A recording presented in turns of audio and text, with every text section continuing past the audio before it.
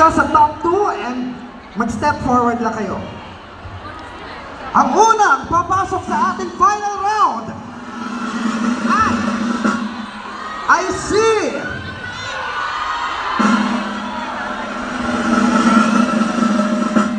Emmanuel Lipio.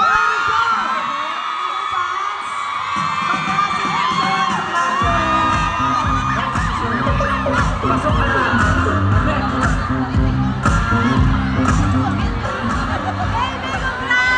Nananalo pa rin? Ikaw ba yung broken hearted kanina? Broken hearted, hindi ka nanalo. Pagsawi sa pag-ibig mo. Isa na lang ang aabante para sa susunod na round. Ang ikalawang papasok sa final face-off ay walang iba kundi si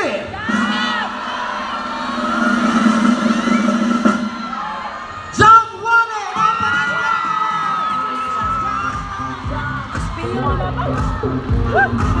Congratulations, Emmanuel and Jam! Dahil kayo ang magtatapat sa susunod na round. Para and Brian, maraming salamat sa pag-share ng inyong talento.